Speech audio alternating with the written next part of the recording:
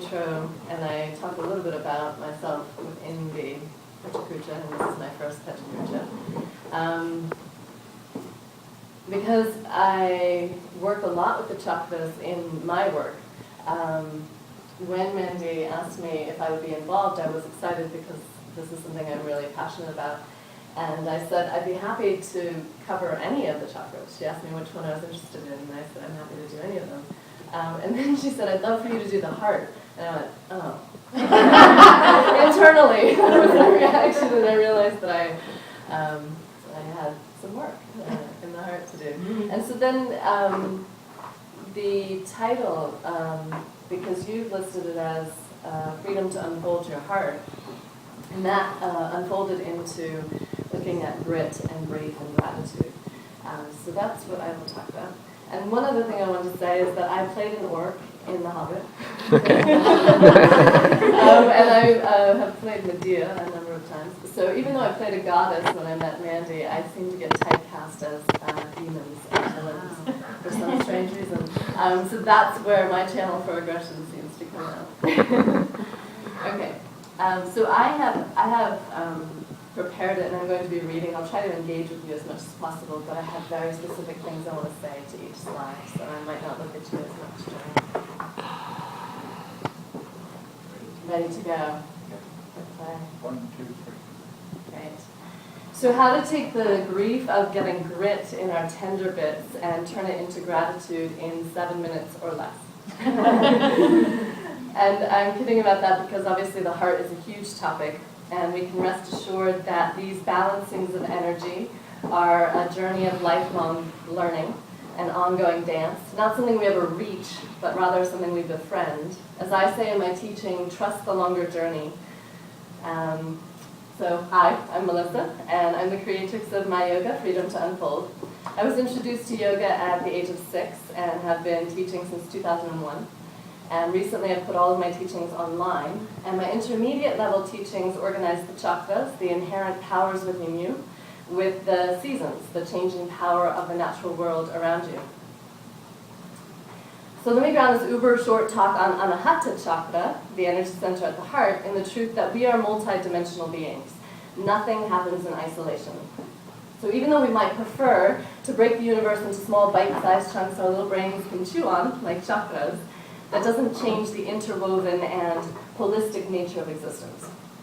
So that said, caveat aside, Anahata translates from Sanskrit to mean unstruck, which is a bit of a Zen koan, I find. Anyone who has a heart will tell you that one surefire way of knowing it's there is to feel it broken apart, as if struck, or to have it smashed, abandoned, or cut, like the artichoke heart about to be cut. So has anyone here not had their heart broken?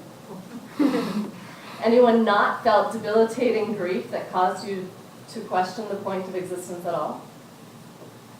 So maybe your heart was broken by a loved one dying naturally, like my grandfather did at 101. Or maybe a horrible disease took someone, like cancers took my father and my grandmother. Or maybe you know someone who was killed tragically, like my young cousin, who was shot through the heart by a cowboy cop in Idaho.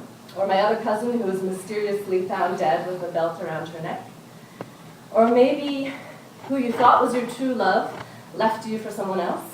Or maybe you've not yet felt matched in love at all. Maybe strip mining makes you yourself feel stripped, or maybe it breaks your heart to see forests clear-cut or animals killed. Maybe like me, your heart bleeds when you see the waters of the world unloved, when you realize we can no longer swim in the waters, much less drink straight from the stream. So wouldn't a direct line to security be really nice? The kind of security that assured you you'd make it through life without having your heart broken? But since none of us will get through life unscathed, we can assume the heart is meant to be broken. So now what's the advantage of having your heart broken? What might you learn? How might you grow?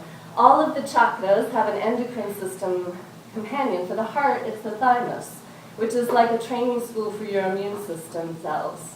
When there's an invader in the body or you're wounded, these cells are deployed to surround the invader and soothe the serration, the roughness, just like this mollusk does. When a parasite burrows into the soft body or it's scratched, the mollusk's immunological reaction is to coat the wound or the invader with layer upon layer upon layer of nacre, which is a crystalline structure that is iridescent. So nacre is what gives Tawa and nautilus shells their rainbow-colored shine and what makes up a natural pearl.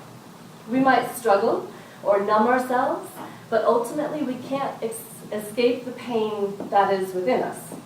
So instead of fighting what is, we can recognize the inevitable pains of being alive, and then with our own resources, transform the pains from sharp sensations into soft, shiny things of reflective and radiant beauty. We can consciously make pearls out of our pains, but just how do we do this? When all we want to do is turn away from the rift in the fabric of our lives, how do we instead turn towards our brokenness and transmute it into a thing of beauty, and even into gratitude? How do we get from the pain of heartbreak into the power required to be truly grateful? By cultivating the grit needed to wrap ourselves lovingly around the wound, we stay steady with what we cannot change. Yes, there's a hole, a sense of wrongness in our lives, yet we cannot rid ourselves of it. Instead of struggle, we give ourselves support and breathing, which means we give ourselves permission to feel the pain, the wounding, the loss.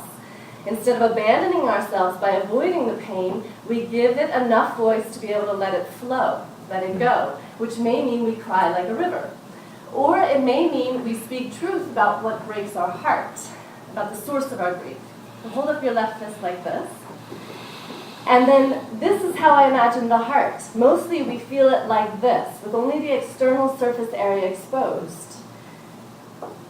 But then if you feel that with your right hand, feel how much is exposed to the air, right? Now spread your left fingers wide. So inside is all of this convoluted surface area. When the heart is pierced or smashed or broken open, the exposed surface area of your heart increases. So we feel more because there's more surface area to feel more when it's broken open. We now have a heart that's tenderized by what is. Opening like this takes courage, a word that comes from the French word for the heart, cour. It takes courage or grit to stand steady in what you feel and not shut down and not turn away and not collapse in on yourself. Look at blossoms. They open their delicate petals outwards from a safe, tight bud. They give it all away, and we love them for it. So how can we love ourselves in this vulnerable practice of staying steady through sensation and fear and grief, while blossoming into greater self-expression by breathing? It's the bravery of the breath that saves us again and again.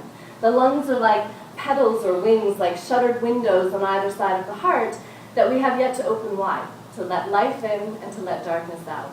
So right now, notice your breath. How is it? Where is it? Be bold and take a wider, deeper, higher breath. In yoga, we create architecture in the body by aligning bones and muscles in a posture. But if you don't breathe into it, it's like building a house that you don't inhabit. So don't abandon yourself, inhabit yourself. Breathe your beauty into being. Thank you.